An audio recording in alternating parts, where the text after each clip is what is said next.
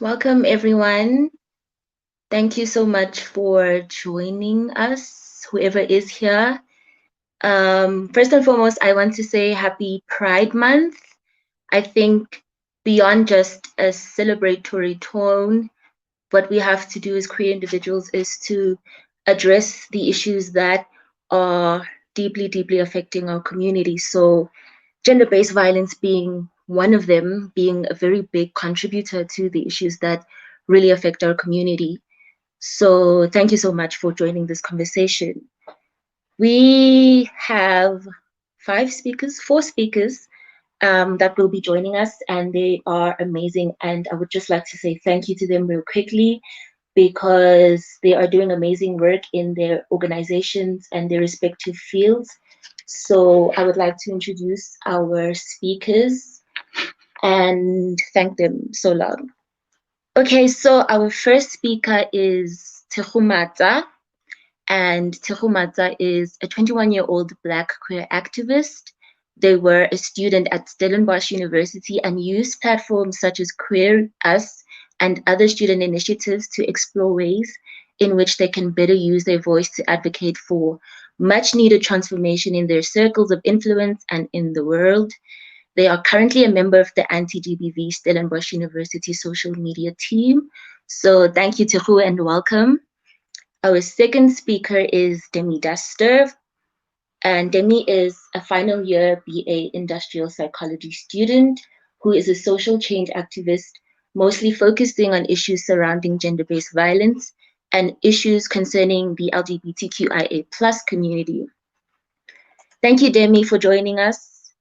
Our third speaker is Felicia Tobejane, and Felicia Tobejane is a passionate and dynamic entrepreneur, activist, and author. She advocates for gender equality in all spaces and is passionate about empowering women through encouraging entrepreneurship, particularly in our townships and rural communities.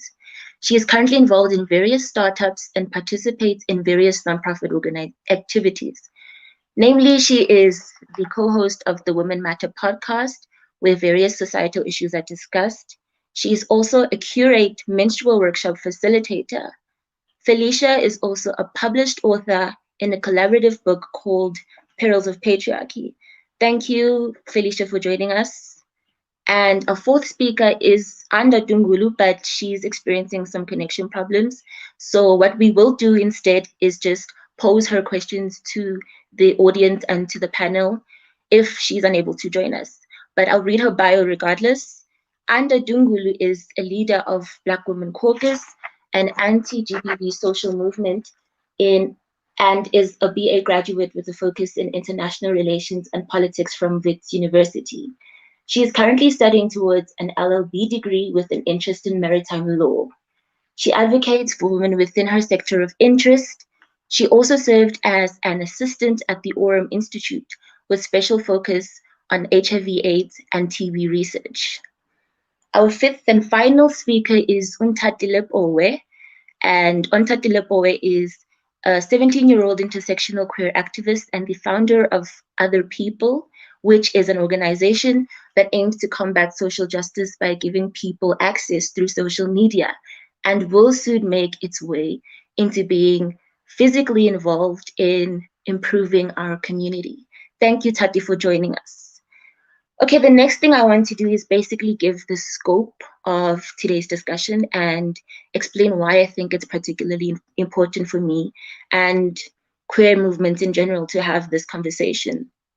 The first important aspect, I think, is to address the importance of a conversation around gender-based violence as a social and policy issue for the queer community. So basically, how do we as the queer community resist against gender-based violence using an intersectional lens, one that keeps in mind how race, class, sexual orientation, gender identity play into the part of the effects of gender-based violence in our community. The second thing I think we want to do is to address the drivers of femicide through the various forms of action and by partnering with the various platforms that we have partnered with. The third thing I think is very important to us as queer people. I think we have to bear in mind that gender-based violence domestic violence, intimate partner violence occur in our own communities. And I think it's very disadvantageous for us to gloss over that fact. So I wanted to address what is driving intimate partner violence, gender-based violence, domestic violence in our own communities, whether that be the heteronormativity, masculinity, and patriarchy that tends to feed into our own communities and relations as queer people. So yeah. Okay, I would now like to hand over to our other moderator, Usihle Nzuta of Gala Youth Forum. Hi, everybody. This is Usihle Nzuta of Gala. I'm very excited to join this conversation because I think it's a very important one for queer people to be having, specifically because for some odd reason, queer people always distance themselves from the GBV conversation. It's always a matter of it does not apply to us because a lot of us are in same-sex relationships, so it's not applicable to us. How can we be oppressing each other?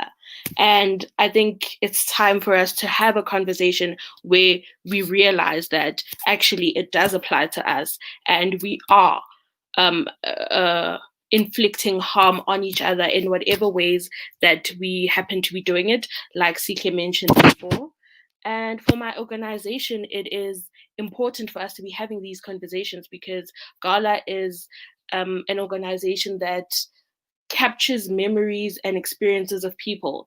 And the experiences of people, of queer people, include these tough and triggering conversations. And if we don't have these conversations, then our history is written only half and it is only documented in half.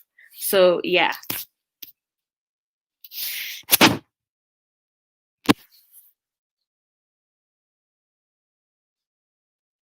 Sihle? Okay, thank you so much. Thank you so much, Sihle. I think we can start the conversation. And if the other Sihle is ready, can we please pose our first questions to our first panelist, who is Utsuhumata. Tseho, are you ready? Hi, I am. Okay. The question that I would like to ask you first is why is a conversation about gender-based violence significant for queer people? Let's start there. So I think one of the first things we need to understand is the fact that we live in a heterogeneous society and queer people exist everywhere and anywhere, you know.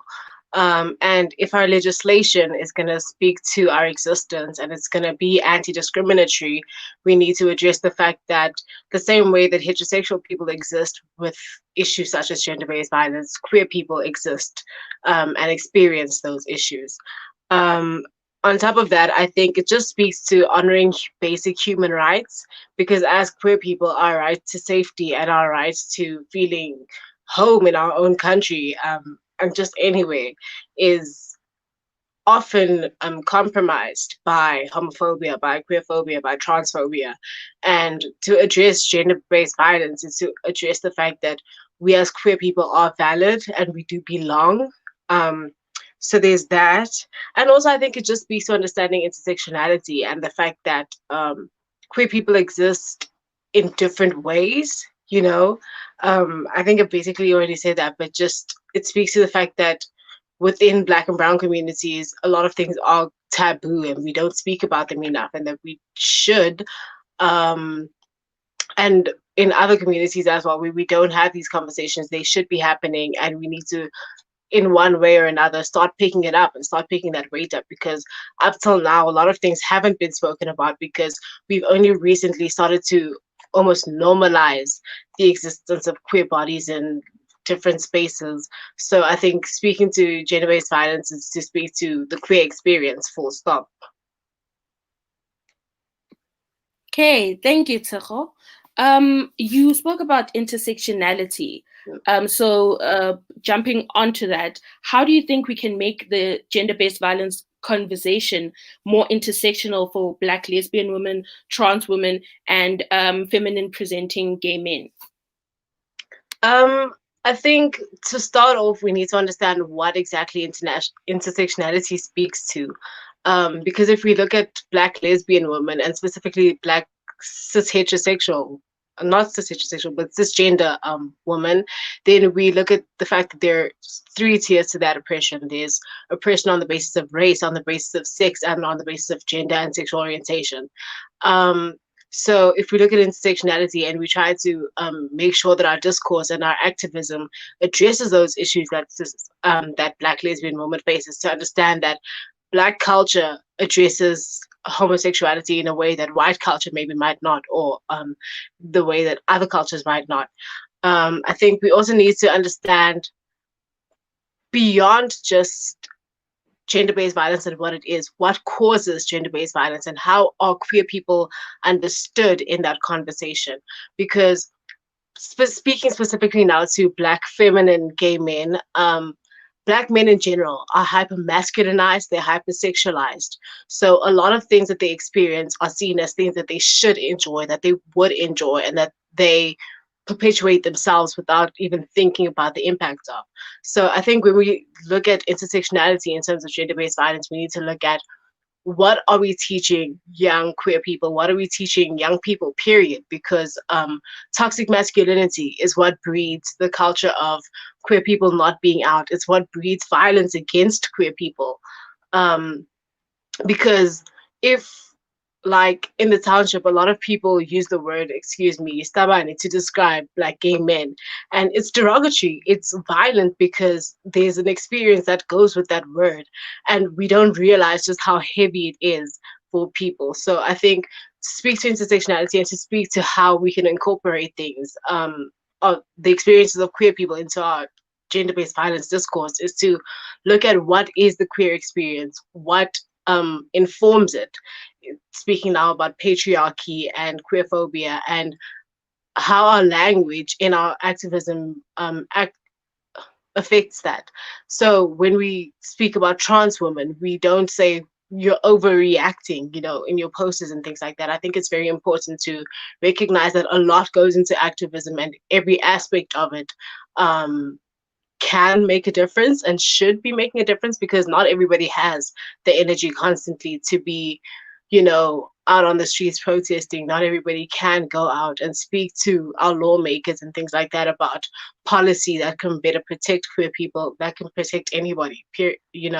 So, yeah, that's what I think about that.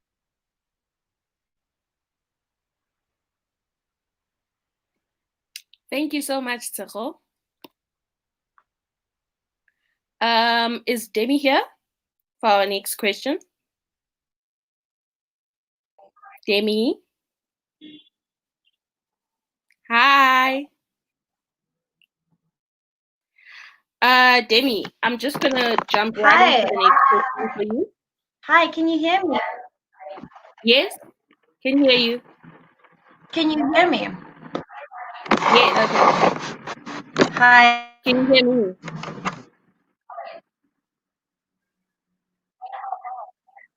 Yes, I Demi? can.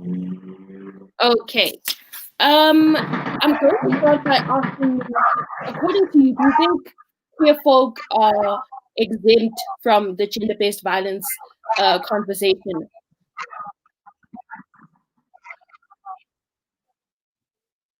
People are not immune to being shit people, because again, the fact that you're queer does not take away from the fact that you're human, and you are prone to being a very shitty person. You're prone to being everything that comes with, I don't even want to use the word normal, but everything that comes with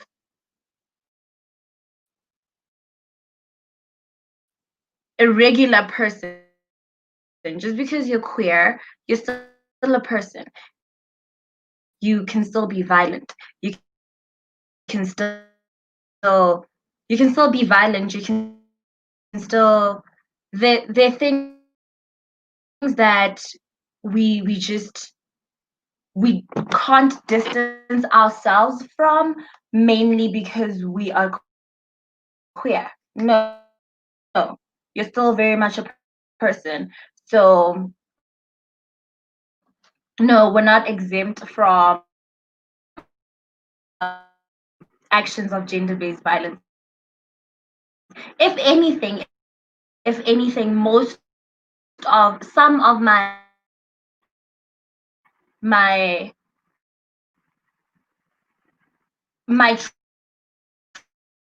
traumas when it comes to violence come from my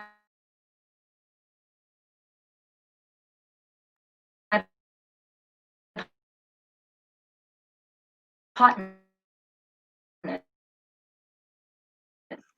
So it's more of a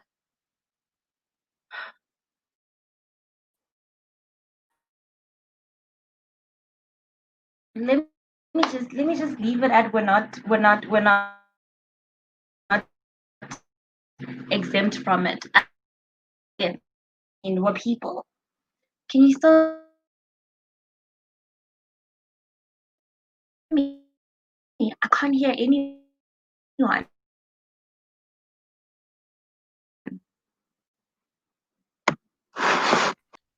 Yes, we can hear you.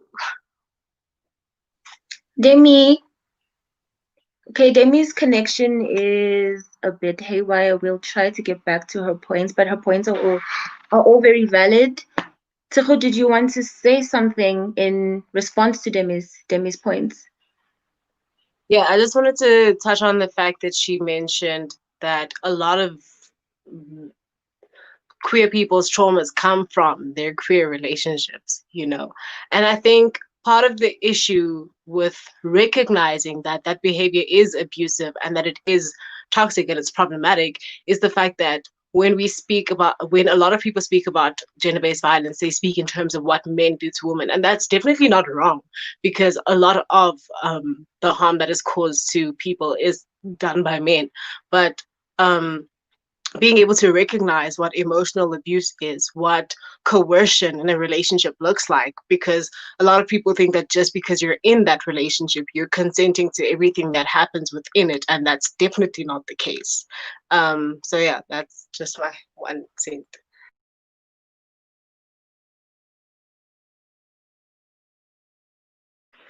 Okay, I have another question. Well, it's a point and a question. To who you spoke a lot about language, and I think languaging, and diction is very, very important in how we conceptualize gender-based violence, how gender-based violence occurs in general. So you spoke about words like istabane, derogatory words that are used to ridicule and make us less human as queer individuals, and it's that type of languaging that is prevalent particularly in our communities, our Black communities, that feeds into the violence that Black queer people are exposed to. So I basically wanted to pose to all the panelists, what do you think the effect of languaging and addiction is in how we conceptualize gender-based violence, how we perpetuate gender-based violence, and how it affects us as queer people in general? Yeah. Can I start off with commenting on that? I think one very, very easy way to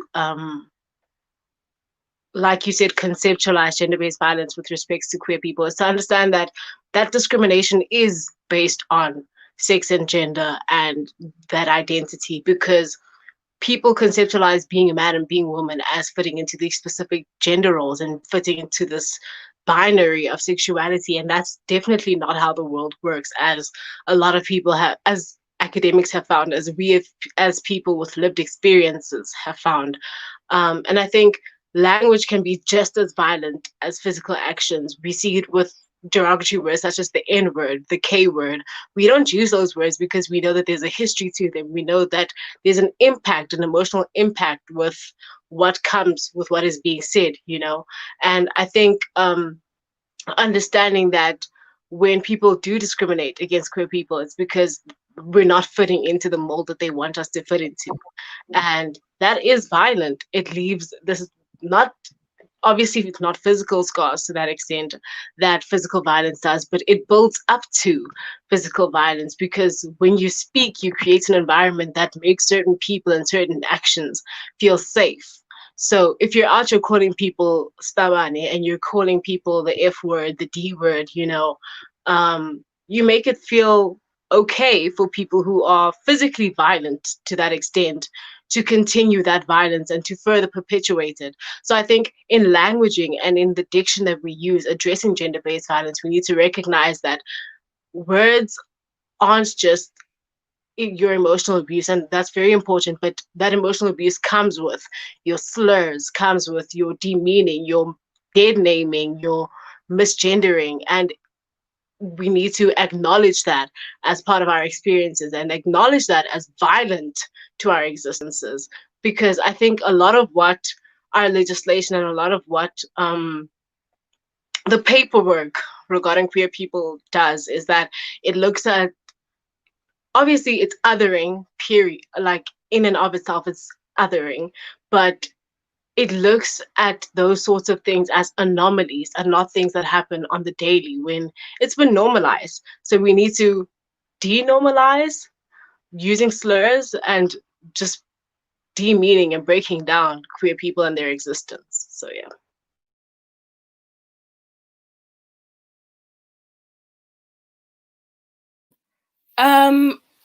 So you raised a very, very interesting point with legislation, because based on research, a lot of our legislation is, first of all, antiquated, and secondly, a lot of our laws are made for men by men.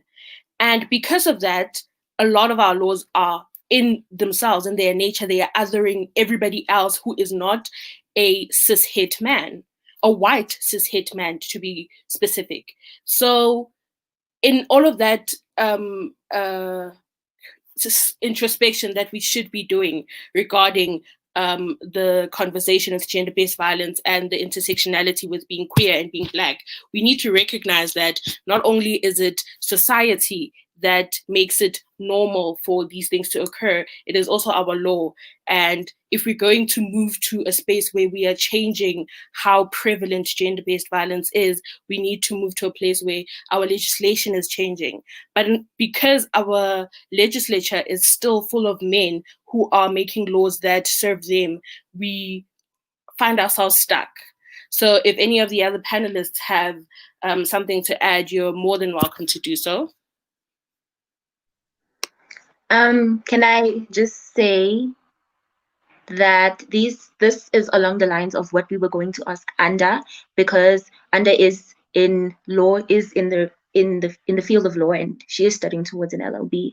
And it's interesting that we are bringing in legislation, because one thing that I'm struggling with, as well as someone who is potentially going to be in the legal system, is this deep disillusionment that I have with the South African legal system, in that how is that we have one of the most progressive laws, the most progressive constitutions, but Black queer women, queer people in general, are terrified of being in public spaces at any particular moment.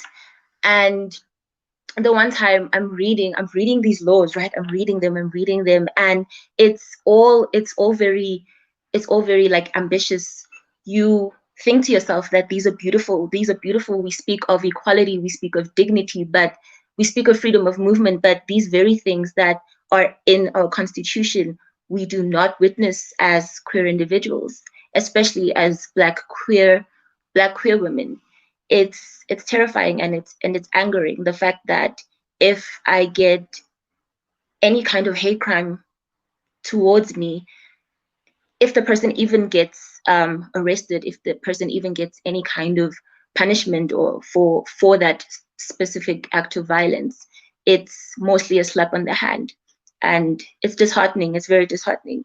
So I think, yeah, I would like all of the other panelists to speak to that.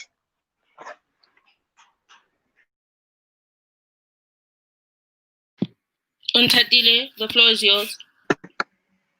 Okay, hi, firstly.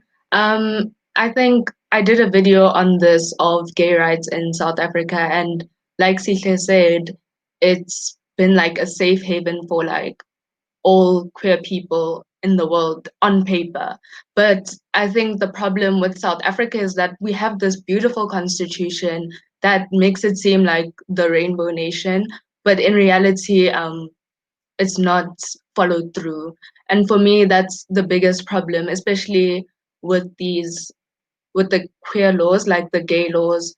Um, we're not represent. I think the first problem with that is these laws are created. Yeah, it's good to have that, but if there are no queer people, there's no queer leadership, they'll not be followed through, and what is being said won't be said to really accommodate the queer community and really talk on the issues that we face. And also with things like what's it called, correctional rape, while that still exists, like we won't move forward. And it's that thing of not only your gender, but also now your sexuality, that men have this need or want to correct you, or like, I don't know, I think there's a very big problem with the men in South Africa and how they perceive women. And also for me, it's like, it's a bit weird because I'm like, do you think that these women are running away from you because you are a man, and why are you continuing to violate them? But yeah, that's all I had to add. Tshego. Can I just make one very quick comment on what you've said? I think just first off is our constitution might be very progressive on paper, and like you mentioned, Sihle, there are also a lot of loopholes because it's made by a lot of cishet men, a lot of white cishet men, and upheld by those same groups of people. But our civil society is still very, very conservative, and we need to address that as well in addressing any issues, irrespective of whether it's a queer issue or just a South African issue, onto our flaws. Also, I think when we speak about things like correctional rape, it's really not correcting anything. It's blatantly homophobic, it's queerphobic, it's transphobic, and I think we need to refer to it as such. And that's not that's not coming at Ontadile anyway for bringing it up as that, but I think just because we're speaking about introspection and making things better for ourselves as queer people, we need to address that as transphobic rape, queerphobic rape, because otherwise people think that it implies that there's something that can be corrected, is my point. And that's not the case. And obviously, like, sexuality is a spectrum and you experience it however you experience it. But for somebody else to think that the onus is on them to change that for you is quite despicable and needs to be represented as such and spoken to as such.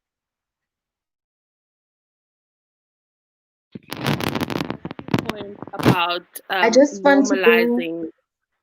Okay, cool. Sihle? Okay, it's okay. It's okay. I just wanted to bring Felicia into the conversation, but you can make your point and then we'll bring Felicia into the conversation afterwards. Yes, I was about to bring Felicia into the conversation. I was just saying I like your point about changing the language that we use when we talk about hate crimes, because queer people's experiences are not put into the legislation. And so if we're going to just label it as corrective rape, then we are kind of minimizing the effect that it has instead of saying what it actually is. So I really like that point, Tshego. Felicia, floor is yours. Thank you for having me, everybody. So just to firstly just go back quickly to, the conversation about language and diction that we use as well. I think a lot of behavior is perpetuated by the fact that we let things slide, in a conversation. We normalize things that we shouldn't be normalizing. We're accepting, thinking, especially I think when we're children as well, they just tell you, oh no, just let it go. He's just being a boy, or, oh no, he probably likes you, that's why he's teasing you, that kind of thing. And I think those are issues that we need to address even from a very young age in our children, and obviously with just adults, having that awkward conversation with your friends or with the people that you're in a space with, and just say, hey, what you said wasn't okay, and you shouldn't be speaking like that.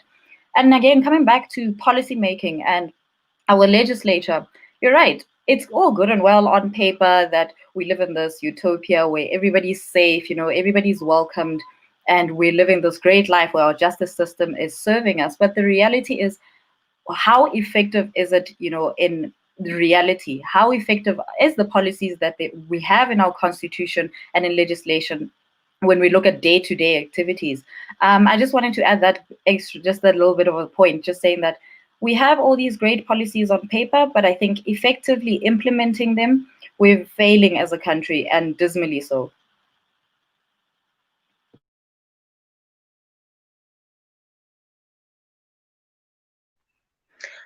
I suppose then my question is, how do we better infiltrate these laws into civil society, into society at large? How do we make sure that our laws are adhered to? How do we make sure that the law protects us as queer people, as Black women, as queer individuals, as women in general in this country? Why is it that we have all these laws and yet still we're terrified to just be our genuine, true selves? So for anyone in the legal system, where do we begin infiltrating these laws? How do we ensure that queer people's voices are included in our legislation and are included in making sure that these laws are see-face in our society? Yeah, I think, Felicia, I'm posing this question specifically to you. Thanks, Celia. I think it is a very difficult question to address because unfortunately, our government doesn't seem to actually listen to the things that we want in the time that we want. I mean, look at how long it's taken just to get women within parliament. Look at how long it's taken just to get young people, within policy making. I think we are making slow progress in terms of transformation. But I think the biggest thing that we can do on a day-to-day basis is just not being complacent, not letting it slide, as I said earlier, that, okay, we have these policies, but why are they not actually being implemented? Just, keeping the voice up, keeping the awareness up as well, just so that they know that it's not okay to, say that we've got these laws that protect us and help us to be in a safer environment when in reality they don't. I just think keeping, the voice up and raising the awareness is one of the biggest things that we can do just as regular, citizens of society.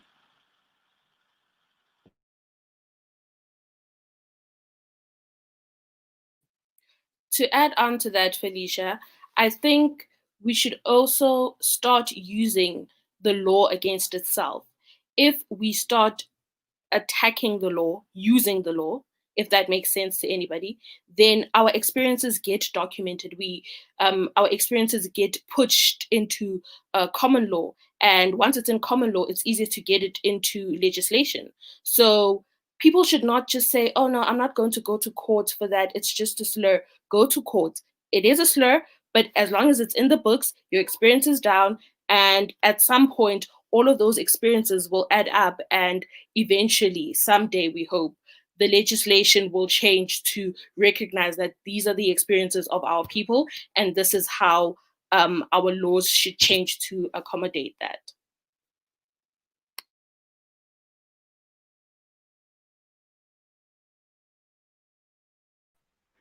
Tisha, I just want to add on to your point. I think you're right. I think we definitely have to no longer be complacent. We have to keep doing the pushing. But I think I just want to speak to why I think it would be difficult for us to continue the pushing. The truth is, fighting homophobia, queerphobia, sexism, these are draining things that continuously break down at our psyche. And for me, it's always a question of, how can I continue to fight the good fight if I know I will not get anywhere, if I feel like the government, the legal system refuses to listen to me? But I think it's worth putting in the work regardless of how tired and how pained I am as a Black queer individual. It's just this continuous resisting against a community, resisting against a society and a legal system that refuses to acknowledge my humanity. So I agree with you on that point. I think, Tiffany, you had something to say? yeah, sorry, I've been messing with my connection. But I think one of the biggest issues that South Africa faces, and I think I mentioned it previously, is how conservative our civil society is. And as much as we do live in a secular state, Christianity and religion in and of itself has had a very big impact on the way that our lawmakers and our policymakers implement this policy. So I think we need to be a lot more firm as women and just as queer bodies that policy is policy. You've made the law, now you need to adhere by it, because you can't give us these rights and you can't give us this platform to speak and to have our experiences and our voices heard just to do nothing about it. Because essentially, your job as the government is to ensure that the citizens of your country are safe and that they feel accommodated, not even accommodated, they feel that they have a space and that is theirs in this country. So I think, just like you've said, Sihle, we need to be, and Felicia, we need to be a lot more stern in how we address microaggressions as well as very abrasive aggressions. But also, we need to be stern in how we address the fact that our state is secular. You can't bring religion into something that you've said is separate from the church.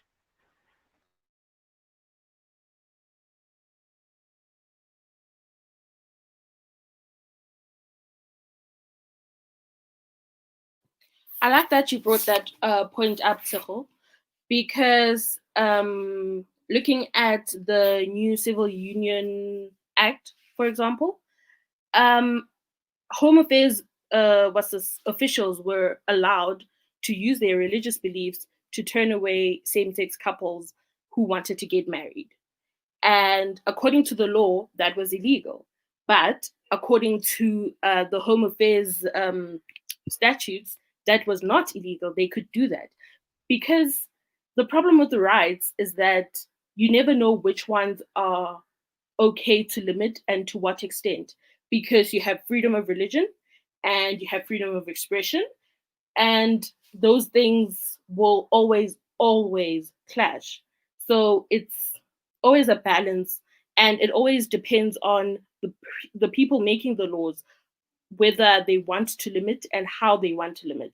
So it's like you said, we need to keep pushing for such things to be pushed out of the law, because we can't have people's basic rights being limited just for rights that seem to not be so important.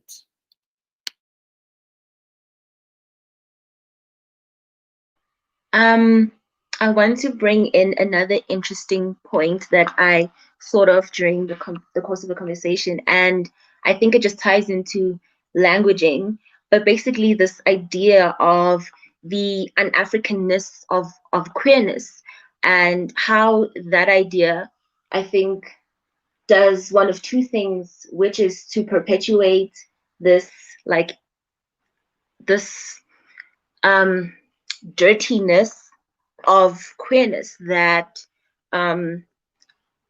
culture tends to pose to see us with. And I think it's also rooted in colonialism and rooted in the Christianization of colonialism. So I just wanted us to speak on this idea that queerness is inherently un-African, and therefore, because it is un-African, it is like the abomination of all abominations. Yeah. I think, sorry if anybody, if it's okay that I speak. I think what we really need to look at is the fact that there is this idea that queerness is un-African, but if you look into our history as people, and obviously this is not an easy thing to do because so much of Black people and Indigenous people's history has been whitewashed and has been destroyed, but in so many pre-colonial societies, queerness was a norm, and it only became something, outlandish when, like you mentioned, societies began to get Christianized. And I was reading a couple days ago almost like a thread about where queerness began to look like something strange and weird to societies. And it basically goes with the idea that white people and white supremacy is the goal for anybody and everybody to reach. And with white supremacy comes being able to distinguish what is male, what is woman, what is man, what is, you know? And I think that's also where we get to the idea of gender and sexuality being a spectrum, because the the fact that these things are so difficult to discern when you're wanting to discern them makes people uncomfortable. And I think that's what it is that people are uncomfortable with not knowing definitely what a person is and what they do. And I think that's part of why for so long it has been so difficult to speak about these things, is because it's become taboo to question because you should already know.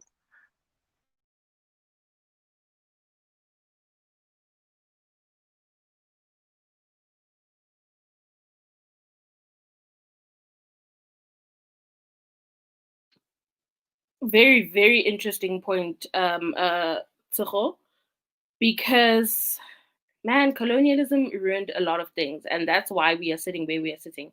I like what you said about how it all began with white supremacy being the goal, because that's how, going back to how, connecting it back to the gender-based violence conversation, that's how a lot of our black men justify their violence against women. It's that, oh no, when the white people came, they oppressed me, so I'm enacting that violence because it's what I was taught.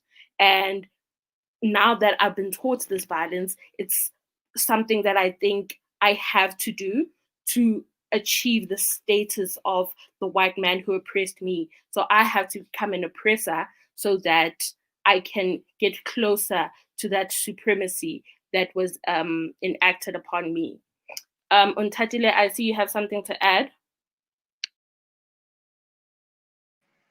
Yeah, I do. So firstly, I'd like to add on that homosexuality thing, not being an African. I think the case of Queen Mujadi proves that to be like untrue, because she has like over 30 wives.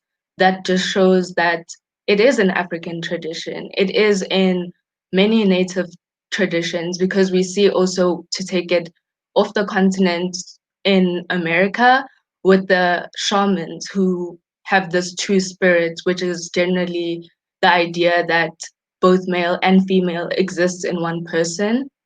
And also, the second thing I'd like to add, wait, what was it? Oh, what you were saying, Sihle, on that black men wanting to take out their oppression on black women.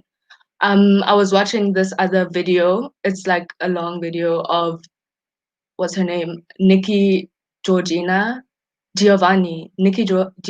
and James Baldwin, where James Baldwin was explaining how, well, why black men feel like they need to be aggressive to white women. And he was basically saying there's no other space where they can oppress. So in the household with their black wives, that's the only space they have to take out their anger. And it was just a question. Well, what Nikki was asking is, why do you do this? And he was just basically saying, because they have no other choice. So I think that's something that black men seriously need to look at and, yeah, confront to themselves. But yeah, that's what I have to say.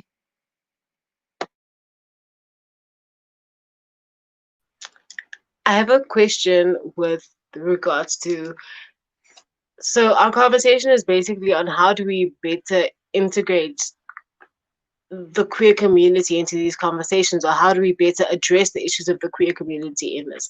And I think if we speak to queer people being violent within their relationships, I think the root of that anger or that violence or that need to oppress comes from a similar thing, in that you're oppressed as a queer person, so you think the only person that you can unleash that anger on would possibly be your partner, your significant other. Um, but then my question is, how do you make, I don't know if anybody wants to answer this, or this could just be left in the air, but how do we then as whole communities address that issue? Because a lot of people will tell you, no, it's not that I'm angry, I just feel like as the head of whatever, or as a person in this position, I feel like it's my right, or I should be allowed to treat my partner as I want to. Because that is a lot of what people say, a lot of what abusers say, is that you're my partner, you're in this relationship with me, so you should just deal with me as I am. So how do we address people, how do we make people realize that there is a root cause to that violence and to that anger?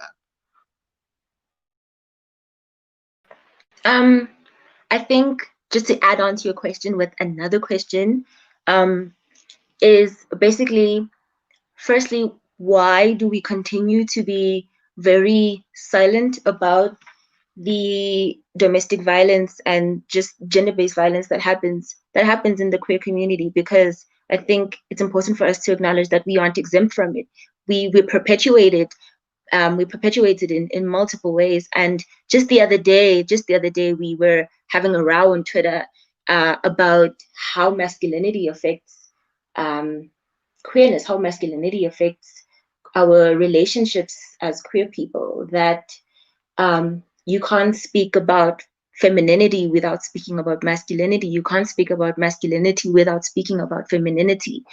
And how at times those really, really heteronormative standards that we are trying so hard to get away from as queer people end up being the very things that cause our downfall. So yeah, why do we continue to be silent about these issues, and what are the drivers of domestic violence in our own communities?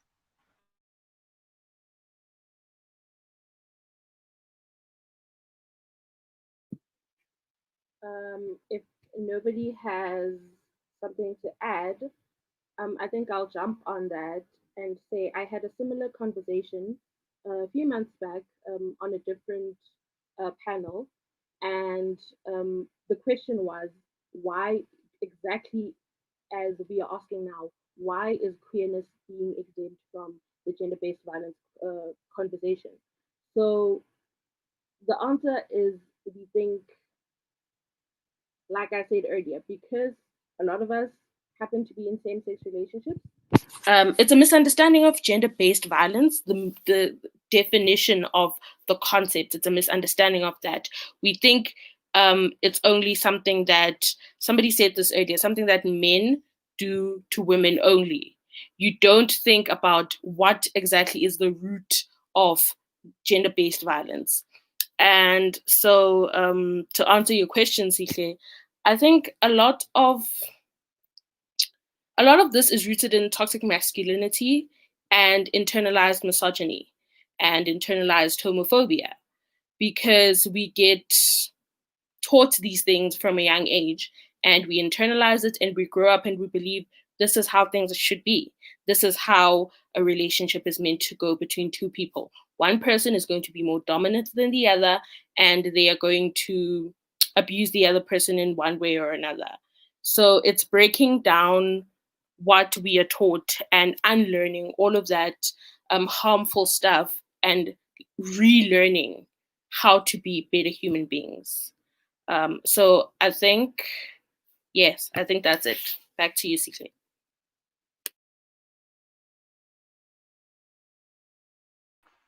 Thank you for that, CJ. I think it's actually really interesting.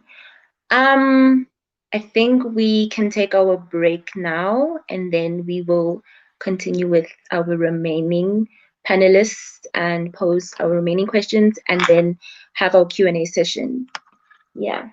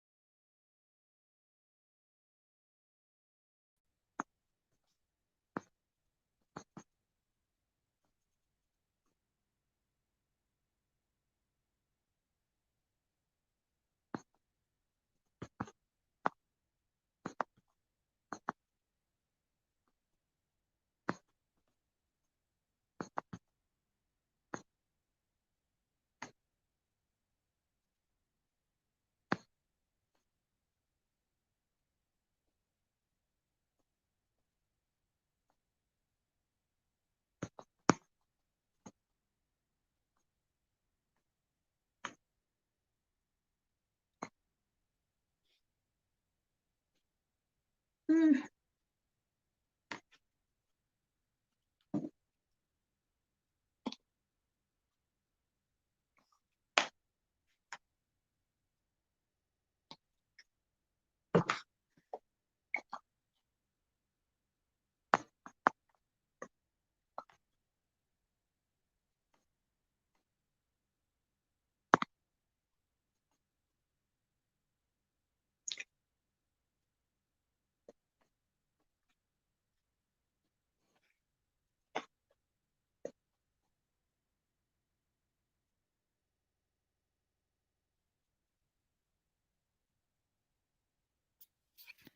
Okay, thank you everybody for giving us that short 5-minute break.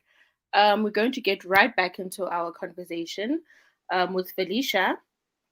And I have a question for Felicia.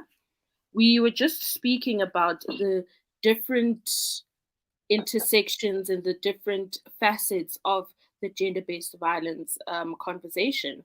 And so now the question I'd like to pose to you is, if we are going to be addressing gender-based violence effectively, is one of the key elements of that effective addressing of it, is it amplifying survivors' voices perhaps, and having a holistic understanding of the patriarchal society that we live in?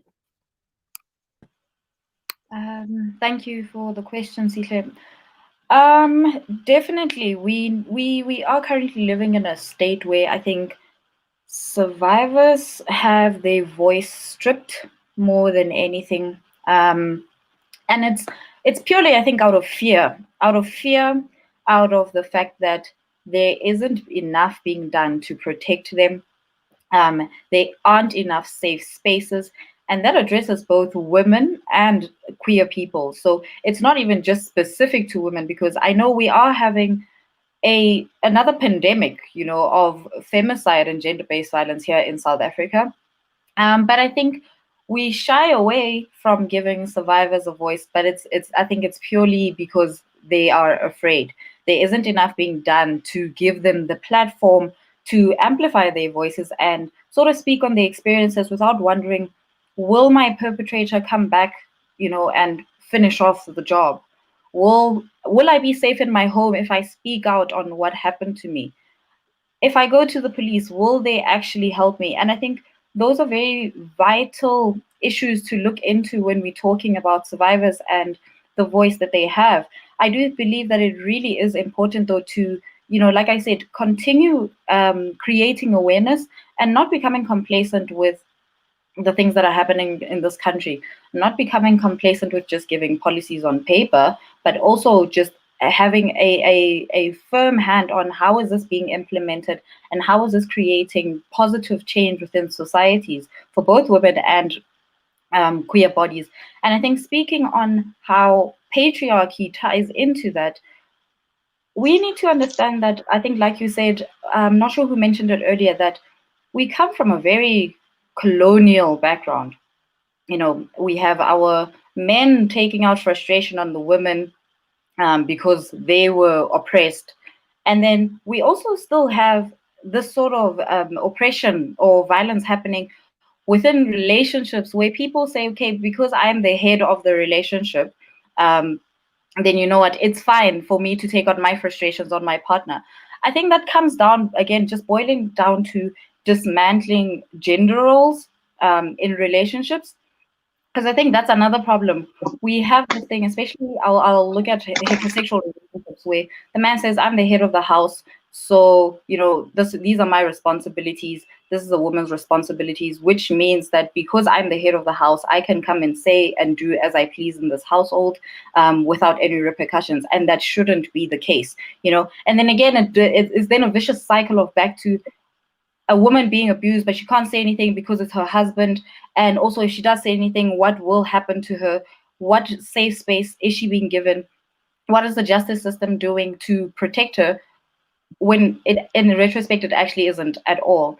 So I think when it comes to understanding patriarchy, we need to understand that it doesn't just stem from, oh, no, I'm the man here and I get to do whatever I want. it's one of the deep-rooted causes of a lot of our problems, and again comes down to colonialism, comes down to tradition and culture, and how it's just been embedded in society. So I think just coming back to the point of, amplifying survivors' voices, we need to come down harshly on our policymakers. I know it's an exhausting battle to fight, but we need to keep our heads up just so that we can move forward and progress when it comes to transformation in these spaces.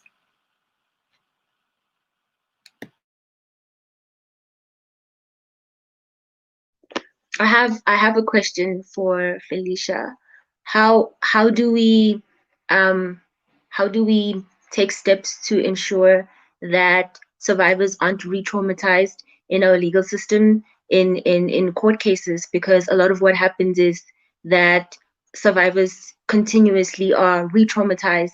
It's this idea of, what were you wearing, ABC, these very intrusive questions about really, really traumatizing and harrowing experiences that survivors went through. So where do we begin addressing that, so that the legal system and just justice is better equipped to handle the trauma that survivors experience?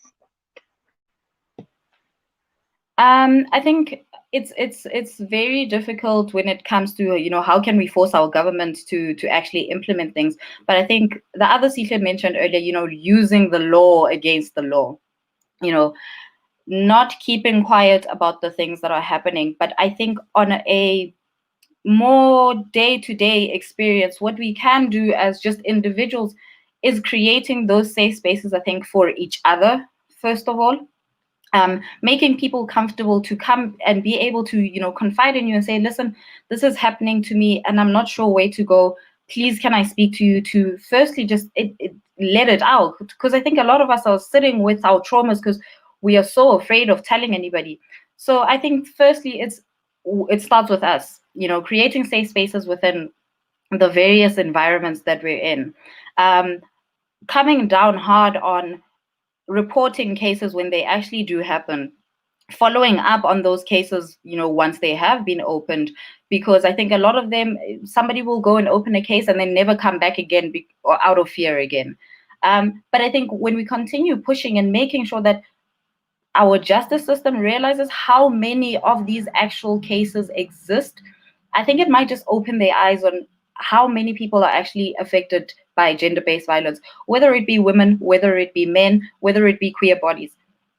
And I think there are some organizations that are doing this, but just looking at it from a grassroots perspective, just again, creating spaces, creating support groups, potentially that people can go and speak in, where it is a much safer space than possibly going to the police station and waiting for something to happen, not actually knowing what's going to happen.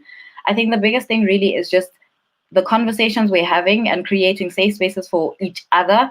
And then I think over time we will see things slowly moving, we will see progress eventually happening. Unfortunately, this is a battle that cannot be won overnight.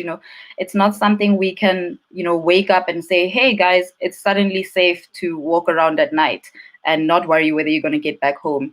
It's suddenly safe to go and actually report a rape or any domestic violence that has happened without wondering, will my perpetrator come after me? I think once we create those spaces, our justice system will also start creating those spaces.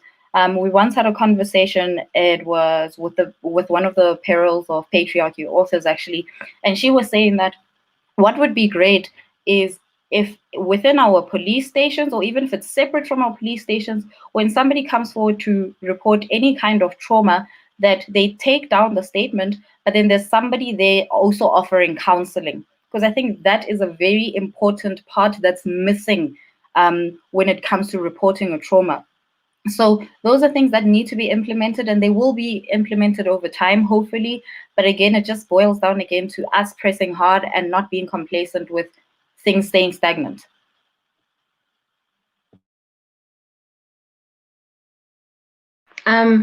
I think lastly, another thing that I think is very important is sensitivity training. I think South Africa's legal systems, policing systems are very, very insensitive to survivors of any kind of abuse, whether it be sexual, whether it be physical.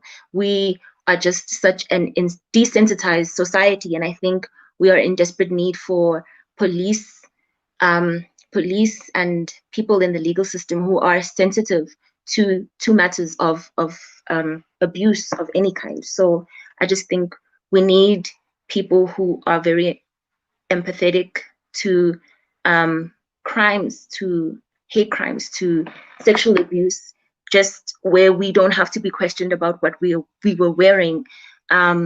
With the Omatoso trial, how big was his penis? Just these like really, really insensitive things that continuously re-traumatize us. I think we need to do away with them. So I think sensitivity training is another thing that's very, very important. Sekgo? I just want to go off on what Felicia's already mentioned. One of the main things that we, as anti-GBV Stellenbosch, had in our memorandum, firstly to our resident spaces as well as to the police and our government, is that when people do report cases, we need trained professionals, not just people who receive sensitivity training, because there's honestly a massive difference. We need trained professionals to help victims to be able to speak about their trauma because you're still processing what has just happened. You're processing what's happening while you're reporting it to these people.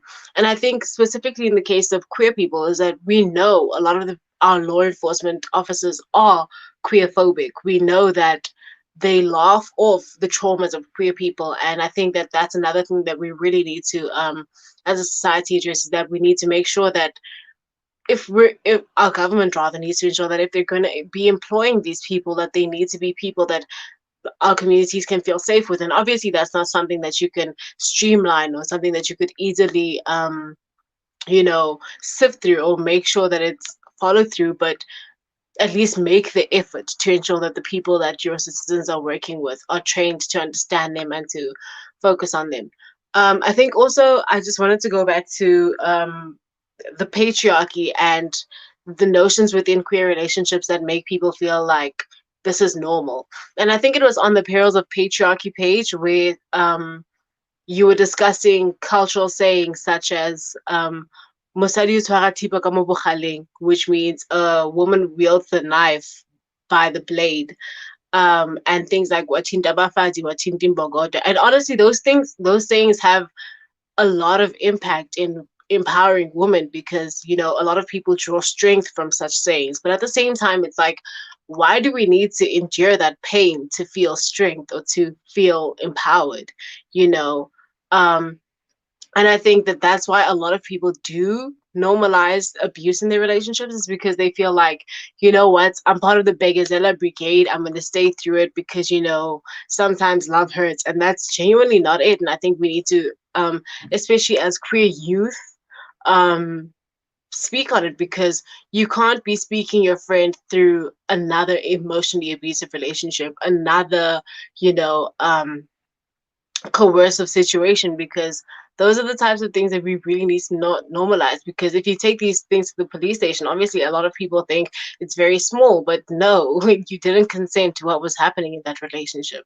You didn't consent to what was happening in that moment. And like I think it was either Siko or Felicia that mentioned, we need to start reporting the small stuff, but again, feeling safe in doing so, because we literally, things build up, is my point. Things build up from that small, having sex coerced, or having someone speak down to you. Because I know a lot of people that I've engaged with who only months, even years after having dealt with the trauma or having dealt with a former relationship, and then realizing, actually, no, you know what, that was actually abusive, that was coercion, that was not safe, that was just simply not a safe relationship for me to have been in, because anything could have happened. But because we don't have those tools or those words or that vocabulary as queer youth to say that, actually, this isn't right, I need to leave. And I think someone in the comments mentioned is that people need to be educated on what our rights as queer people and what our rights as just people are when it comes to GBV, and when it comes to like acknowledging that there's something very wrong with a situation. But yeah.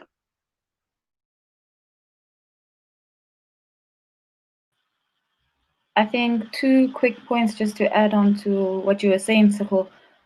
Firstly, speaking to what you're saying about women feeling empowered by, these statements that we say. And I always see these conversations on Twitter, and people always saying that, why do we have to be strong? It's sort of you get compliments and say, oh, you're a strong woman, or you're such a strong person, but why do I have to be strong? And it's such an unfortunate reality for us, especially here in South Africa, where you look at the context of, the fact that we've had to fight our way into being in any space, really, whether it be government, whether it be policy making, or anything of the sort, really. But we shouldn't have to be strong. It shouldn't be a thing to strive for and say, yes, I want to be a strong woman, or I want to be a strong person. You should just be and not worry about, oh no, where do I draw my strength? Or do I need to stay in a harsh or painful relationship just because I need to be a strong person? So that's just one thing I wanted to add. And then I think, again, just secondly, speaking on, staying in these relationships where you feel like, oh no, I need to begezela, like Tejo said, it's not worth it. At the end of the day, it's not worth it. I think we've had a lot of recently where, especially with hashtags like "Am I next?", where people have actually realized that their first sexual experiences weren't actual sexual experiences, but more sexual assaults. And like you're saying, Tseho, the tools are not there. But we need to unlearn a lot of things.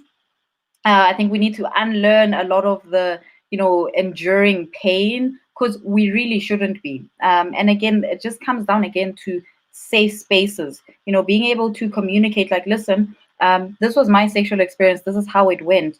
Was it supposed to go this way? Because I think a lot of people don't speak about it because they think it's normal, or no, this is how it was supposed to be. A lot of people really do have those experiences, and it's painful to hear about. It's painful to see. It's also painful to acknowledge, where you also look back to some of your relationships or some of your experiences and think, did I actually consent to this person doing this? So I think we have a lot of learning and unlearning to do as society as a whole. But the continuous conversations, just like this one, are very important, and need to be happening on a regular basis. I just want to add onto this whole idea of strength. And I had a conversation with someone, and they are part of the group of women that think that Mbogoto culture is very, very empowering. And it's very strange to me, because I always ask myself, why do we need strength to be empowered as women, especially as Black women? Because surely there are other empowering emotions. And I think vulnerability is empowering. Acknowledgement of pain is empowering. Rage, deep, deep rage at a society that is inherently violent is empowering. I think these are all other things other than strength that are empowering. And I think strength and basing our worth as strong Black women is something that we really, really need to unlearn as well. So I just wanted to agree with you on that. Can I just make a quick comment? I mean, yes, to everything we've said, but that at the same time, I think we also need to speak to, like Felicia mentioned, not a lot of places exist for victims to feel supported, for survivors to feel supported. And I think in acknowledging that, we also need to realize that it takes a very long time and a lot of courage to leave an abusive situation. I think the stats are on, it takes 7 attempts on average to leave an abusive relationship. And I think we also need to honor that statistic, because people can try to leave and people do try to leave, but manipulation exists. An abuser makes you feel like you cannot exist without them. And that's where a lot of people are at, is that they feel like they will not be anything without the people that they live with, the people that perpetuate these things.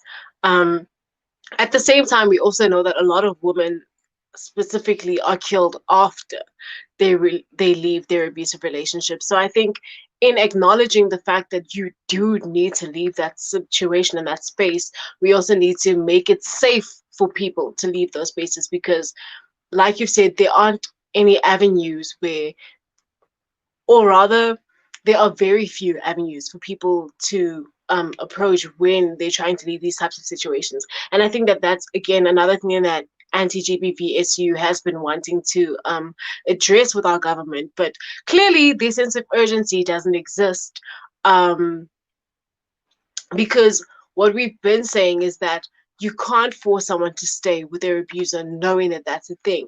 And yes, the people want to talk about, false accusations, and that's perfectly fine. But would you rather not have either party in a safe space for them to not abuse or not be abused, so that you don't risk anybody's life in that way? So yeah, I think my point is just that we really do, as much as we need to be careful in, you know, making sure that people do leave, we need to make sure that it's safe for people to leave those relationships, especially like the whole point of this conversation, especially for queer people, because there's already so little queer shelters, there's so little safe spaces, period, for queer people to exist in, unabashedly and, unreservedly. So I think we need to also look at, is it safe, or how can we make it safer for people to escape those situations?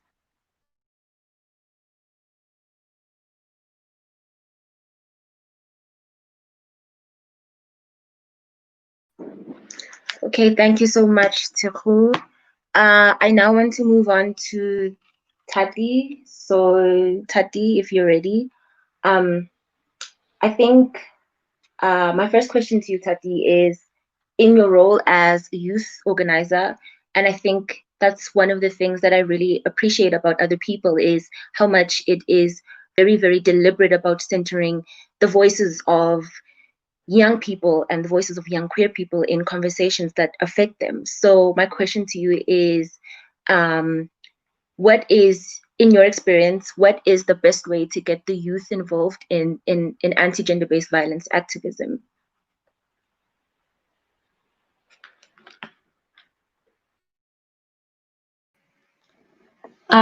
Yeah.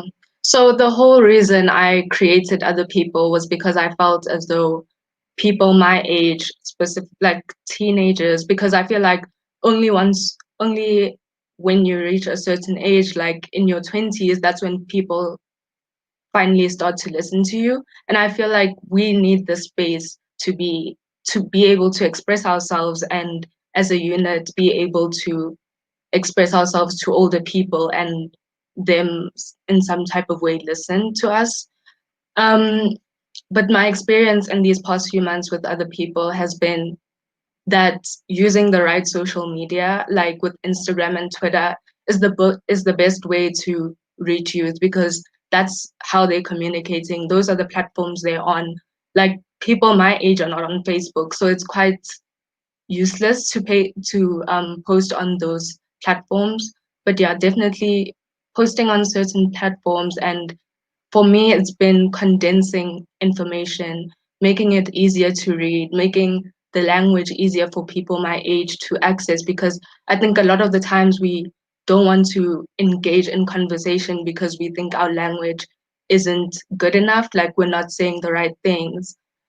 And yeah, also with that, in terms of social media and those type of things, I feel like reposting and sharing a comment on something someone else has posted is how we feel validated in this type of activism.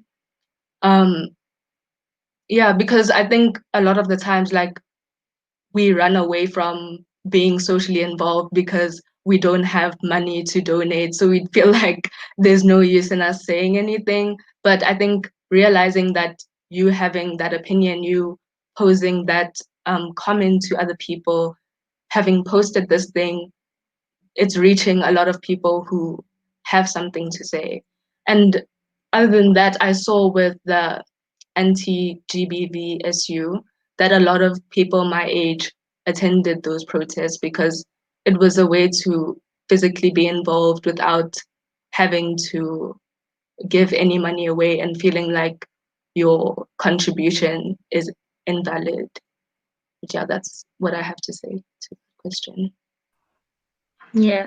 I think it's very, very important. Like, it is very imperative to amplify the voices of the youth, because the first thing that comes to mind, the first group of people that comes to mind is the youth of 1976. And a lot of their strides and a lot of their efforts were basically what we can attribute where we are now too. So I think it's very important. I think your platform is incredibly important. So my next question to you is, what do you think the role of schools is, and how can schools better equip the youth to be involved in matters that affect them, such as gender-based violence? And how can schools better educate young people to make a difference in their respective societies? Yeah.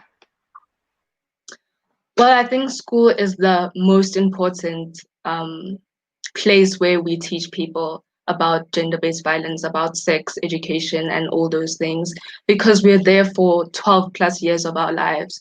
Why not start teaching the core of this education then, rather than starting to learn about all these things in university, learning about your sexuality and all those types of things? And I think consent-wise, that's something that should be taught from a very early age, like as young as grade 1.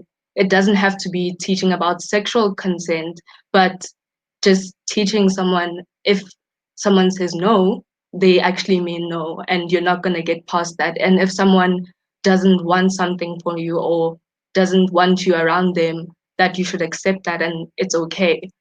But other than that, I think school, we've had this conversation a lot as society, and in lockdown specifically, of same-sex schools, like all boys schools being the center of toxic masculinity and it breeding these horrible, horrible men.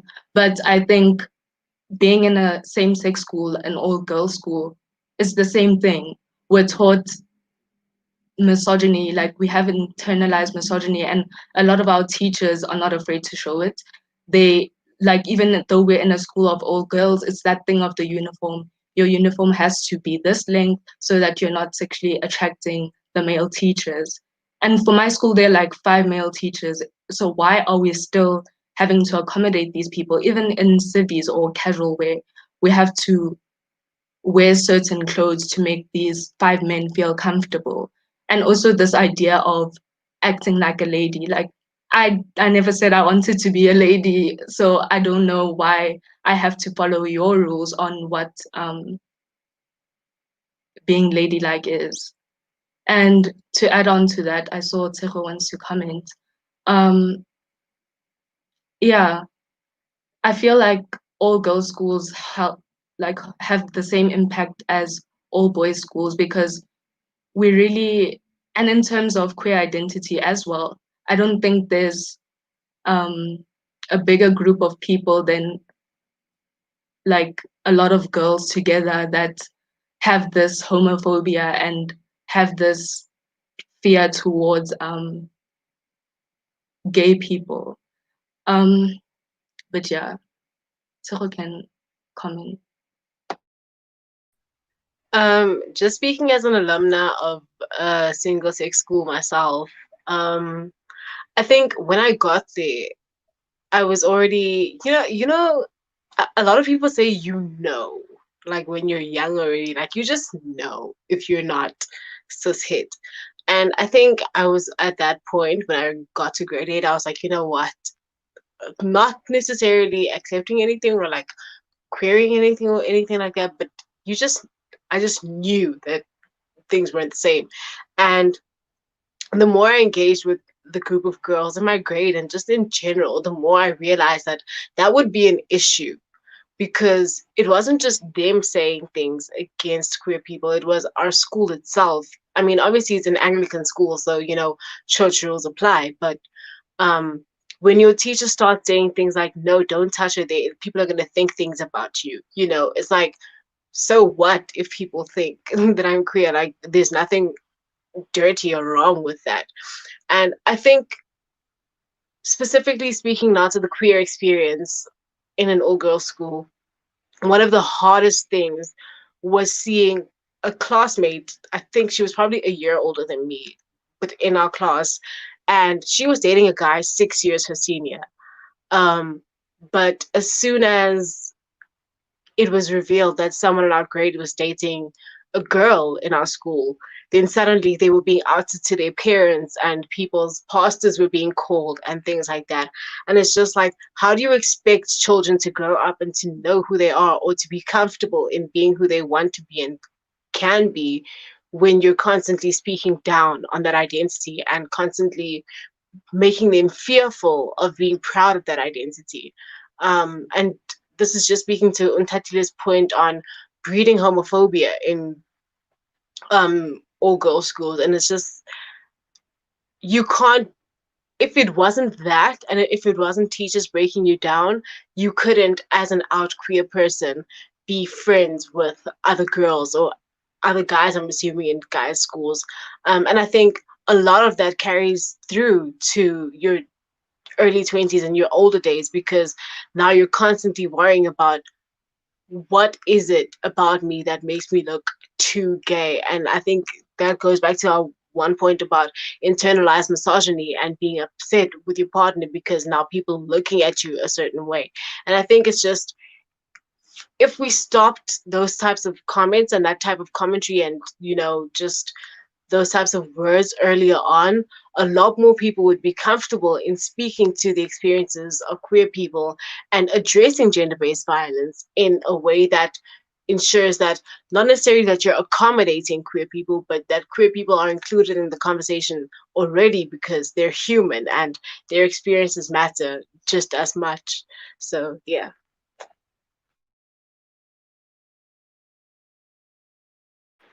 Okay, I just want to start feeding in some of the questions from our audience. And I think Sean Mavundla had a very interesting question that is relating to what we're talking about education in schools. And the question is, what are the panelists' views on the introduction of comprehensive sexuality education, and how can we maximize its impact? I think Untatile alluded to that a If little bit anyone, earlier, so maybe she would like to comment. Mm. I have a hard time differentiating between sexuality education and sexual orientation education. So I think I'm just gonna answer both. In my notes, I was saying that we really need to change sex ed. Like, it's something that needs to be transformed completely, wipe the slate clean and start again, because the education that we're receiving now is not helpful. It's, in my however many years of being taught sex ed, it hasn't taught me anything about sex. It's taught me how to avoid having sex. It's taught me that sex is only for pregnancy and not for pleasure, and for the pleasure of males if it is for pleasure. And in sex ed, I think what's important for me is teaching girls the power of consent, because I feel like we say that boys should learn what consent is, but I feel like that's null and void if girls don't know that their words are powerful, that their opinions matter. And generally with sex ed, with that whole discussion, we need to have more discussion surrounding queer sex, because I've never in my life heard of queer sex being talked about in class. I don't think that's something my school personally would be ready for, but it's something that we need to start doing. Just generally, I think that idea of having sex for pregnancy kind of takes away the queer experience of having sex, because obviously we're not having sex to get pregnant, we're having sex for pleasure. So that's really important to me. I'll let Felicia talk. I think just adding to what you're saying, you're right. Sex ed needs to be redone altogether. But I think what we also are missing is the parents. Um, I find that a lot of the time, the parents are also part of the reason why the sex education isn't as effective as it should be, as informative as it should be. I mean, I know things have probably changed a little bit since like I was in school, but I remember when I was in primary school, they wanted to introduce sex ed and they sent out a consent form to our parents. And I think like 80% of the grades parents said, no, you can't be telling our 12-year-old, 13-year-old kids about sex. And I don't even think the school wanted to introduce it in the sense of, oh, don't have sex or have sex, but they wanted to teach us more about our bodies more than anything. And I think that's what's missing. We need to bring in the parents as well and make them realize that, listen, your kids are going to grow up and experience this with or without you telling them, you know. And it's easier and better, I think, when you teach them to understand their bodies and just bodies in general from a very young age, as opposed to, you know, growing up not being quite sure how any kind of sex works. Why should we be having sex or why shouldn't we be having sex? You know, and you know, just making them aware that it's okay to feel comfortable in their bodies. Because I think that's what the biggest thing sex ed needs to teach. We should be comfortable in our bodies. We see it as well in the menstrual workshops I do with Curate, that you tell the girls, okay, girls, we're going to be talking about periods and menstruation, and I want everybody to be comfortable to say the word vagina. And it's like, you just told us to say vagina out loud. You know, we usually get the reaction of the girls giggling or looking at us like, did you just tell me to say that? Some people will say, no, my mom said I can't say that out loud. But you tend to then ask yourself, but then at what age will you be able to say vagina and not flinch? I mean, it's something that is on your body that you have and need to understand how it works, you know, and how to take care of yourself. So I think there's a lot of transformation that needs to happen in sex ed, but also that being including the parents in making them understand why it's important to teach sex ed from a very young age. I just wanted to add that I think on Tati's point about how sex ed is very, very heteronormative. And I think the heteronormativity of sex ed in schools tends to be very isolating for queer individuals. I think you get to this point where when you're queer in a school that does not teach comprehensive sex and sexuality education, that you're like, okay, but what about me, in that they don't teach same-sex couples what their relationships, what their sexual relations look like. What is safe sex for same-sex individuals? What does that look like? And you get to university spaces and then you're introduced to all these things that you should have been introduced to from the get-go in schools. So I think it's very isolating for queer individuals, trans individuals as well, because there isn't really any attention paid to the difference between sex and gender identity, and just concepts like this that are very, very important for children to have grappled with from a very, very early age. So, yeah. Just to jump off that, I was actually gonna say what you just said is that while we sex ed is very heteronormative, it's also very isolating for queer bodies in terms of gender and sex. Because as a non-binary body, where do I fit in to this discourse about safe sex? And you know, um, for trans individuals as well, how do we speak about having safe sex as a trans body, as a, you know, that kind of a thing? um but also, just to go back to what Felicia said about teaching children, well, people from a very early age, about being comfortable in their bodies and about being comfortable using um words like vagina and penis, you know, those are literally scientific terms for parts of our body. And I was actually I was having a conversation with someone, and it was said that, like, so many people go through their lives having already experienced assault or that type of a thing at a very young age, from 3, 4 upwards. So to not teach children words like penis and vagina makes it very hard for adults in their lives to understand when something is wrong, because this person was saying that a child was saying to them that their uncle licked their cookie. So obviously you don't think that that's a bad thing, because it's a cookie, there's nothing wrong with that. But then when the parent made them aware of what a cookie is, then they realized that the child was saying that they'd been molested. And if you give children those tools from early on already, they can tell you that something's happening that shouldn't be happening from the get-go. But also, if I was having a conversation with the people from Conversations for Change a couple months back, and what was said is that if children don't learn these things in school, and if they don't have a safe environment to learn them in, they will learn them somewhere else, and that place will not always be safe, and it will not always be nurturing for them. So rather be able to control what it is they're learning and how it is that they're learning it, than to find out like years or months later that your child has learned something and it wasn't a great experience, and it's left them with trauma to heal from, that kind of a thing.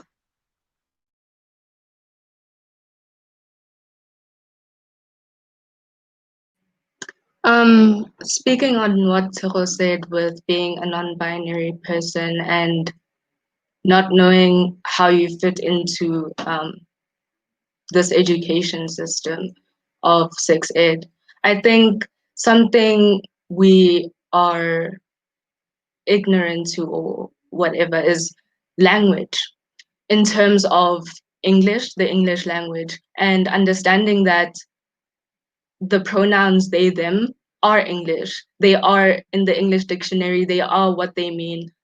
Like, this person is not coming up with their own pronouns. They exist, and they exist in the way that they are used by some people. And generally, I think in these classes, the issue of sex and sexuality should be, like in sex orientation, should be taught, like that sensitivity training that you guys were talking about for the police. It's something that should be taught to teachers, and not only for it to be a one event thing. It should be a continuous event that happens throughout their career, at least once a year, like the bare minimum. Because I was having a conversation with my teacher yesterday in bio, and she mentioned the term intersex, but she mentioned it in its derogatory term of hermaphrodite, and she kept on using this word. And I was like, I wanted to say stop, but you feel so unsafe in these spaces. You feel like you can't actually say, like, correct these people because of this narrative of them being older. And that, I think a lot of Black children have that fear of questioning people older than them. And I think that goes back to what Felicia said of educating, well, letting our parents know about the education we're receiving. I think it goes further than that our parents need to be taught what sex is again. Because if we tell them that we're going to have these conversations, they think we're having a completely separate conversation from what we're actually doing. Like, they never received that sex ed. So for them, this is a foreign concept to them, and they're scared that all these other things are going to be said. So in a way, I feel like when we have these parent-teacher conferences, they should be let to know what's happening in these classes, especially these main classes where we discuss such issues.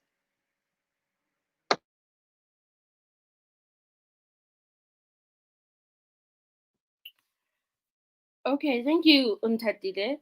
I really like your point about parents needing re-education because they build the foundation of the kids' education.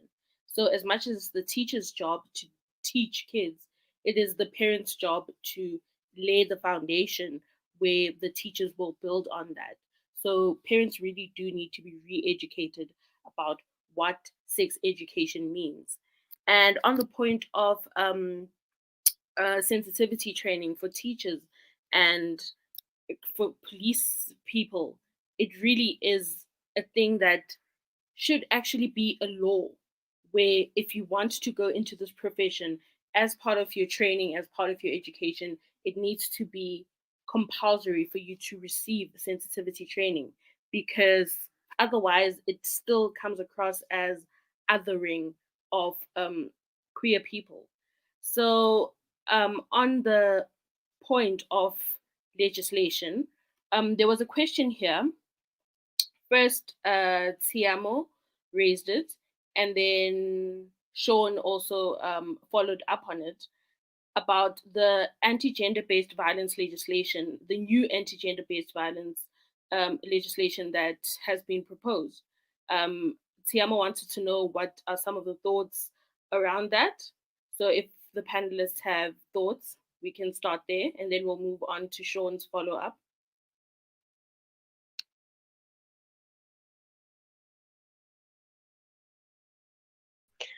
I think my first and biggest thought is it really means, I mean, thank you for doing something, but it means nothing if you're not going to follow through with action, you know. And that's been our biggest issue because our government has said a lot, they've done a lot, they've allocated a budget to gender-based violence, but what does that mean? You know, if your law enforcement isn't going to cooperate with what you've stipulated for us in those bills, what does it mean as a victim, as a survivor, as someone who's experiencing gender-based violence? So I think one of my biggest thoughts is thank you, but it means nothing to me until I'm seeing it in practice. And on top of that, I think one of the biggest things that the government needs to do is to start working with grassroots organizations, because they've been working with people for a lot longer. They've been hearing and understanding what the people have been saying, because these anti-GBV protests are nothing new. Um, I'm not going to say it started with Kwezi's accusations of rape, but a lot of this dialogue stems from that time frame, and a lot of the denialism about gender-based violence and femicide as a whole comes from that period. So um, before our government can address anything in this bill, I feel like they need to work with people to understand what it is that these bills are supposed to be addressing, because there's been no transparency from their side as to how they came up with these things. Where did these things come from? Why did they decide specifically on this? So I think what we really need from our government is accountability. I think, just to condense it, I think we need accountability. We need them to say, we decided on this because of this, and we're going to be working with these people to ensure that this becomes a reality. Thank you, Tsogo. And I see, Felicia, you have something to add. But before you say what you want to say, I just wanted to say I think another very important thing that we gloss over is that our politicians, the people that are leading us, they themselves are perpetuating all of these ideas. So they too should be receiving sensitivity training. If you're going to be elected into office, then it should also be part of whatever orientation that you go through, that you receive sensitivity training. On to you, Felicia.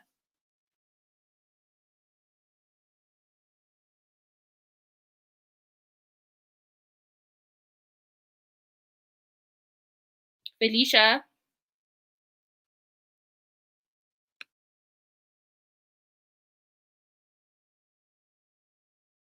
Okay, it seems like Felicia is just a little bit behind us, just a little.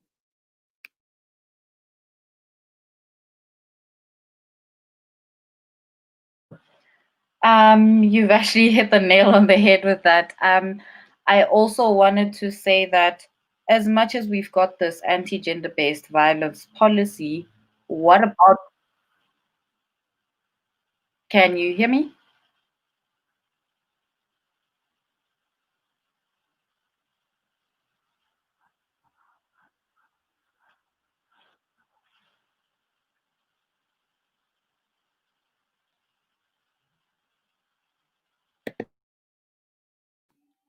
Technical difficulties, just a little bit. Sorry, guys.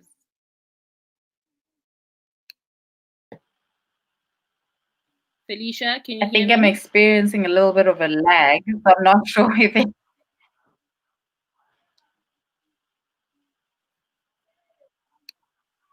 I can, but I'm not sure if I can hear you immediately after you've said what you've said.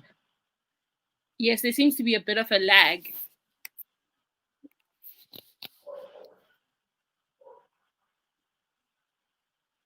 Okay, I hope you guys can hear me.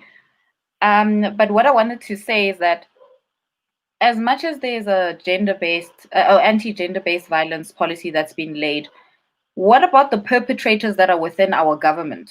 You know, what's being done about them? Because I know we've been driving this point, especially over the past few weeks, saying that they won't do anything because that means they themselves will most likely need to get arrested.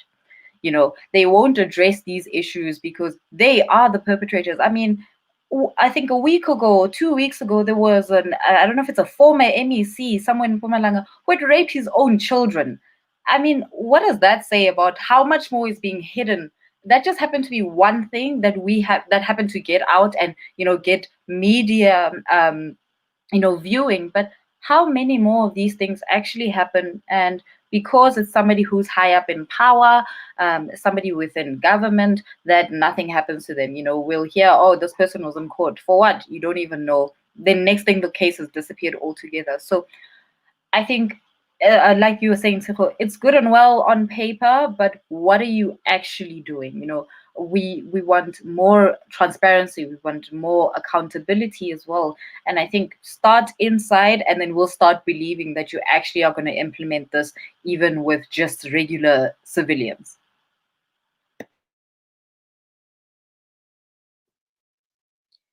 Thank you, Felicia. So to follow up on the first question by Tiamo, Sean then asked, what are the panelists' views on it's contradictory, but there is a bill that will be passed that victims that withdraw their cases will now be prosecuted for doing so. So what do you think about that? Tseho, I see you. I think that just goes back to Felicia's point straight about making spaces safe for victims to come out in. Because a lot of people withdraw their cases not because nothing happened and not because they lied about something, but because they've been threatened into silence and because it's not safe for them to name and shame their victim. I mean, to name the perpetrator. And I think it just goes to show that our government really doesn't understand the depth of this pandemic, I would like to call it. Because if you understood the gravity of an assault, the gravity of sexual abuse, of any type of abuse, actually, you would understand what it would mean to a person to withdraw an accusation. So, in my personal opinion, I feel like it that contradictory bill just goes to show that our government doesn't know what the people want, that they haven't engaged with the issue enough to know what it means. And I think we place a lot of emphasis on the men in our government, but there are a lot of women who feel the same way. And I think it's very, what's the word? Um, Speculative of us to assume that all the women in our parliament agree with us and feel the same way about issues regarding patriarchy and abuse and misogyny. So I think to address that, we need to, I don't even know where to start because, like I mentioned, our government is not intent on listening to their citizens from what it looks like right now. Um, but I think what they do need to do is to go and read. They need to work with the people. I think we've said as much as we can say as anti-GBV activists, as victims, as survivors, as allies to this movement. We've said what we can. The readings are all there. The information is all there. But if nobody's willing to listen or to engage with this content, what more can you do? Because you can take the horse to the wall, but you can't make it drink. And I think that that's our biggest issue. Our government does not want to interact with this because, like Felicia said, it would mean that they need to hold themselves to account. So there's that. I just think if they understood what enacting those other three bills meant regarding protecting victims and ensuring that things get taken seriously, they would know that that bill regarding finding victims or arresting victims for withdrawing claims is counterproductive completely.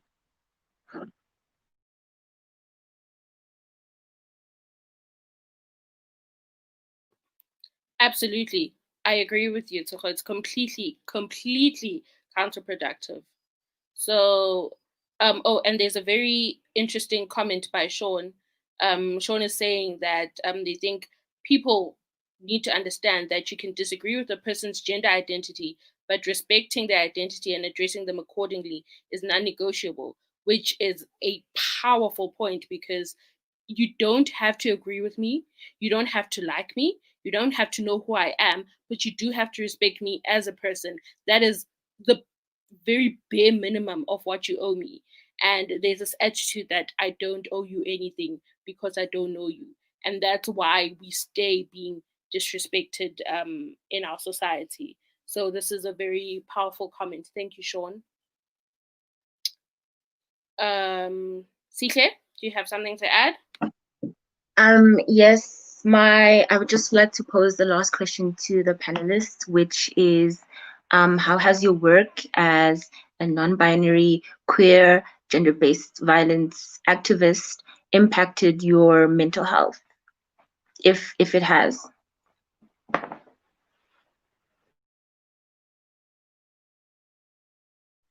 I just jumped in because I think for a long time my queerness had a negative effect on me just because of how I took in other people's perceptions. And after coming out, like people's reactions to how I identified. And I'm still in the process of getting to know myself, exploring my sexuality, exploring like my gender identity and stuff like that. So yeah, it has been quite a challenge for me mentally. It's led to a lot of depression for me personally, and a lot of my anxiety around people stems from that fact. Um, but yeah, also, if like just to add on to the last question on the government and how it's failing us, I think we are the government. We are the ones that need to make the change because the government relies on it being the liberation party, the people that led us to this freedom. They know that they can count on Black people to always have their backs no matter what they do. I feel like that's where we need to make the change. We need to be the ones that vote for people we believe in, we cannot believe the ANC anymore. I'm just going to say it blatantly. We cannot believe them. They've used these tactics for such a long time, sending people t-shirts. Like, how is that going to solve greater issues? But yeah. I'd just like to comment on the mental health question. And the, this goes back centuries because Black people's activism in particular has gone on for centuries. There's this quote that floats around that says, "My existence is activism. My existence is resistance to a system." And I feel that to my deepest core because in my existence, I am Black, I'm queer, I'm female. And all of those parts of my identity require me to take a stand at some point or another. And it's draining because it's not just me reading a book and speaking of some, foreign concepts to people, but it's my lived experience. So when people deny that, when they negate that, or when they speak down to that, it's like, am I even real? Like, it sounds like such a crazy question, but am I even real? Then, like, what if those things don't exist? If white supremacy doesn't exist, if queerphobia doesn't exist, then what is it that I'm experiencing? And I think specifically last year, after the death of Uyinene and Queerness, as well as Jessie Hess, and in 2017, one of my classmates was murdered while she was with her boyfriend, and I think it took a very long time for me to comprehend that this is happening. Like, you're not dreaming, it's happening, and you have to deal with it. I think it's affected me a lot more since getting into the anti-GBV SU um, planning committee and things like that, because not necessarily that it's a job, but it's a thing I do all the time because I feel that strongly about things all the time. So much so that I've been diagnosed with anxiety, with depression, and I'm not even in school anymore. That's how hectic it was for me. And I think people, like we've said, they underestimate the gravity of things like this because they think it's just a thing. You're just talking about a thing, but this is real life. This is people's experiences. And I think, like we've said, there's not enough safe spaces for Black people, for Black women, for Black femmes in general to feel safe and to offload after basically carrying everybody on their backs, because the oppression of everybody sits on the backs of Black women in particular. Um, and I think, as a sign of appreciation, I don't know if that's the right way to put it, but as a sign of appreciation, or at least acknowledgement of that that work that Black people do, the least that the people around us could do to ease that heaviness and that load off of our shoulders is to make this space accessible to everybody, to offload and to just be and breathe as people, because it gets so hard to breathe, like just to breathe. So I think one of the best ways to go about it is just for people to make those safe spaces very easily accessible. Also, sorry for talking so much.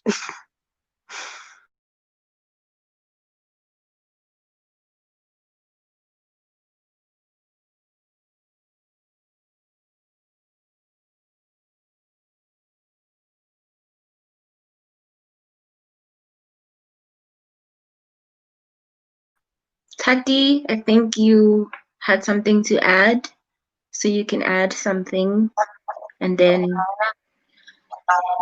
Felicia, okay.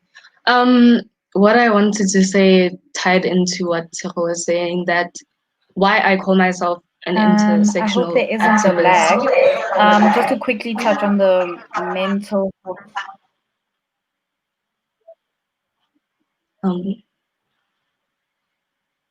I don't know what to do now. Felicia. Can Felicia? Okay. Okay, Tati, I think you can make it point. Okay, as I was saying, the reason I call myself an intersectional activist is because my identity is intersectional. And if I were to only be an advocate for youth or an advocate for gender-based violence, it would feel like I'm neglecting so many parts of my identity. And I think, yeah, it is hard work. It is hard to keep up with all these social issues, but if I didn't, then I wouldn't know how to feel about myself. I'd feel incomplete, if I could say. And with the mental health thing, I found, because I'm diagnosed with a lot of mental illnesses, but finding medication, like, that was something hard to accept, because, like, how do you explain to your parents that your neglect of my sexuality has been a problem for me and is what's causing a lot of my depression? And also finding psychologists, because a lot of people don't understand that you need to come out to your psychologist for them to understand what's going on. And sometimes I even felt like I couldn't do it. Like, it was a very scary situation to do, because one, you don't know this person. Two, they can coerce you into thinking that this is something that is not true about yourself. But yeah, that's what I had to add. Yeah. Okay. Thank you so much, Tati. Felicia, is Felicia with us? Can Felicia make Felicia's point? No? Okay. Sihle, I'm gonna hand back to you to make your closing point. Okay, I'll just say one last thing also about mental health. It is exhausting. I think Tsecho mentioned this. It is exhausting to always be fighting and to always be deep within the struggles that we face every day. And when you work with organizations that are based within activism, it is your reality that you're going to be fighting, because that is what activism has become about. So it is exhausting. That is all I'm going to say. Like, when people say all the women in me are exhausted, I feel that to the deepest core of me, because wow, all of them are exhausted. But otherwise, thank you so much for having me in this very, very important conversation. I think I mentioned in the beginning that I work with Gala, and anybody that wants to find out what Gala does, what Gala is about, you can just Google Gala or go onto the Gala site, which is gala.com, and you will find everything that you need to know about us. Thank you again. Thank you very much, Sihle. Is Felicia back? Is Felicia back? Because I don't want to say my part without Felicia having spoken. Okay. Let's just wait a while. Yes. Okay, Felicia.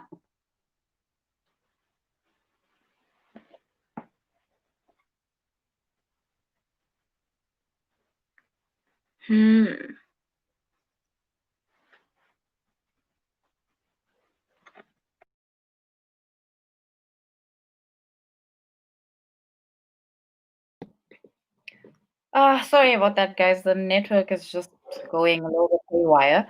I even forgot what point I wanted to make, but I think it was on mental health and how draining it will always be. Because when you're in these spaces, you are empathetic.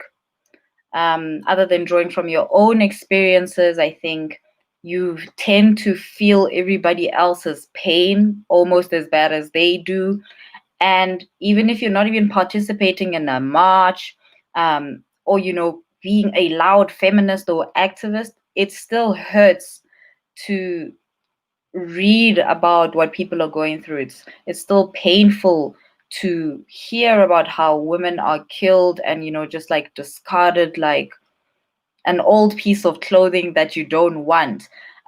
It's painful to hear about women, particularly lesbian women, being killed as a lesson taught to like. It's just all of it. I think is really, really draining. I think a very important thing to note, though, is it's important to do a self check often and just sort of check in with yourself. Check in if you're doing okay, if you're able to continue having conversations as frequently as you need to. If you need to take a break, I think that's absolutely okay. I always say we should create safe spaces for ourselves and within each other. So I think that's another thing to just take note of, and we need to take care of ourselves as well at the end of the day. But I know activism it takes a toll on your mental health. It's very taxing, and that's just what I wanted to say. Just that we need to take care of ourselves as well at the end of the day.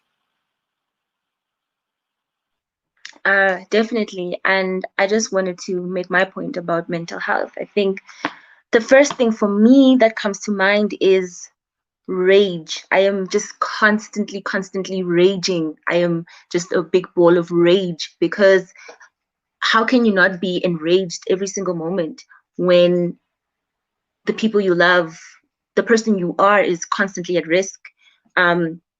Living is a privilege in this country, and it sucks to have to say that. So one of the things that I think always rings in my mind is Pumla Qola talking about the beauty of feminist rage. But for me, I just want to touch on the pain of feminist rage. It's painful. It's painful. It's draining. As Felicia said, it's draining to constantly be angry and constantly be fighting. But I think for me, what I always emphasize is radical self-love, because I think you can't do activism if you're dying yourself as an activist. So I think we need spaces where we do more than just bond over trauma as queer people and as Black women. We need spaces that are just deeply caring, radically loving for us, where we can just sit and just hug each other and love on each other and say, look, I know it's hard, but I just want you to know that I love you and everything's going to be okay. No ganjani, we will find a way. So I think radical self-love is important. You have to be radical about your loving yourself as a Black person, as a Black woman, as a queer person. So that's what it is for me. Okay, thank you everyone. Thank you to all of the panelists. I want to now hand over to Shannon to give us the vote of thanks. Hi everybody. So for those of you who don't know me, my name is Shannon Wardlaw and I'm the Vice Chairperson of Activate, the organization that put this all together. And I've had the honor of overseeing this event, platforming the work that all of these amazing women do, and have had the honor of being able to interact with them and have worked with them in the past. So I'd just like to give some thank yous to end off our event today. Firstly, a huge thank you to the audience who attended this. A lot of our initiatives being online this year have been difficult to navigate, and that's saying the least. We've had 2 panelists fall in and out due to connection issues, one completely lost to load shedding. We've had microphone feedback, and we can't even offer people free food to be here. So it is absolutely amazing to see all the people who came here and sat through these technical issues with us to be a part of what was absolutely an amazing conversation.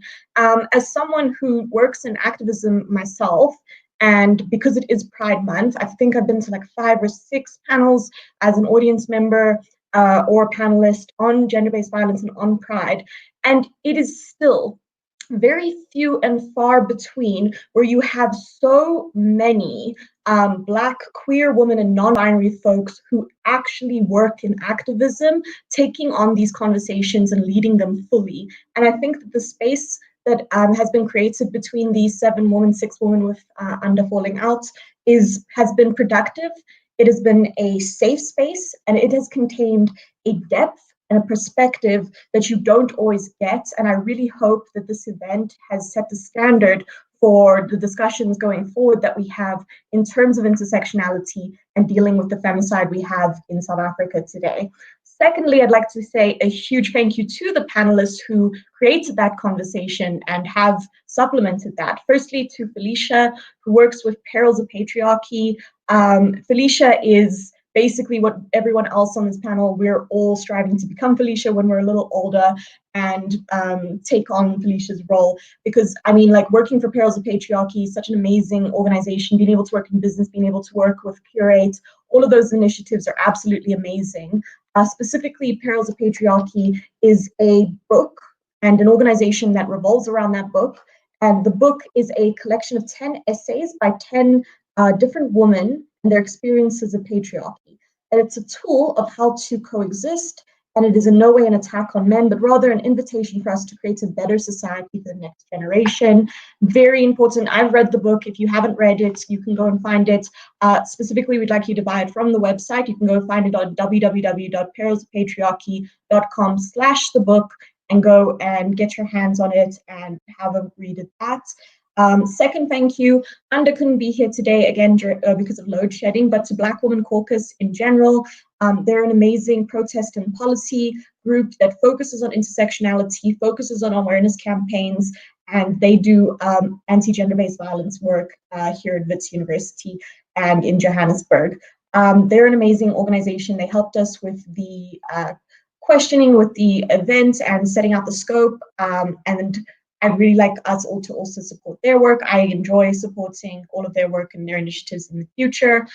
Secondly, then, to Tejo, who's here as a representative not only of Queer Us, but also for anti-gender-based violence, Stellenbosch, or _SU, two fantastic organizations, and Tejo has really represented them well today as a speaker.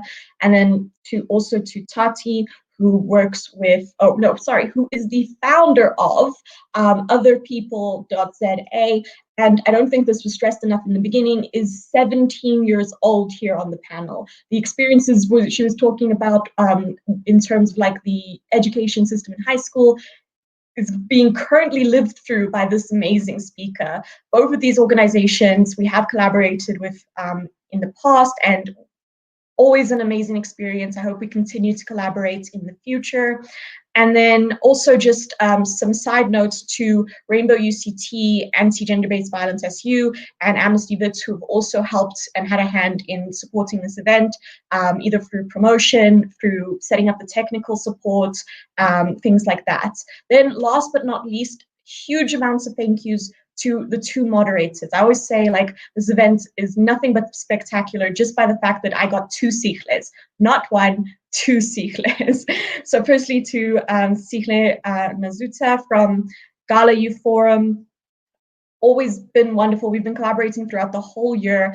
Sichle has been running forums just by herself in WhatsApp this entire year, and I think it's amazing that we finally get some space to platform you and show the amazing work you do with leading conversations and helping people to be productive and helping people to have depth in those conversations. I think that was really strength that you showed on this panel. And then to my Sichle, who this event, 100% credit to Sichle. This was her baby, and works with my organization, Activates. I haven't had one meeting with Sichle this year where she hasn't brought up how can we address gender-based violence, how can we make sure we're intersectional, and what can we do for Black lesbian women. And I think that this event is one of those clear examples of Sichle putting all of that together behind that motivation, and I'm in awe at that dedication time and time again.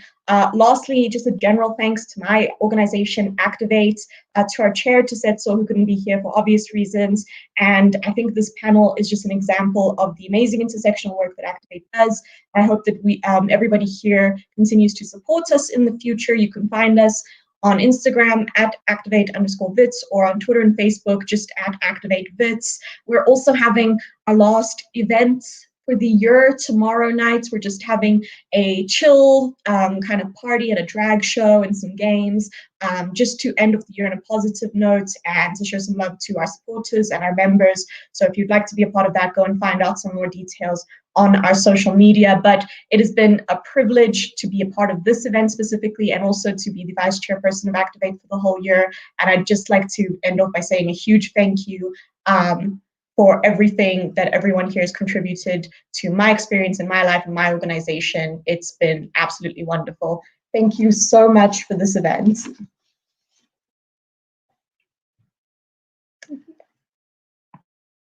Thank you for having us. I really appreciate the platform to be able to speak among such great people and just to hear what everybody else's experience is. So thank you for that.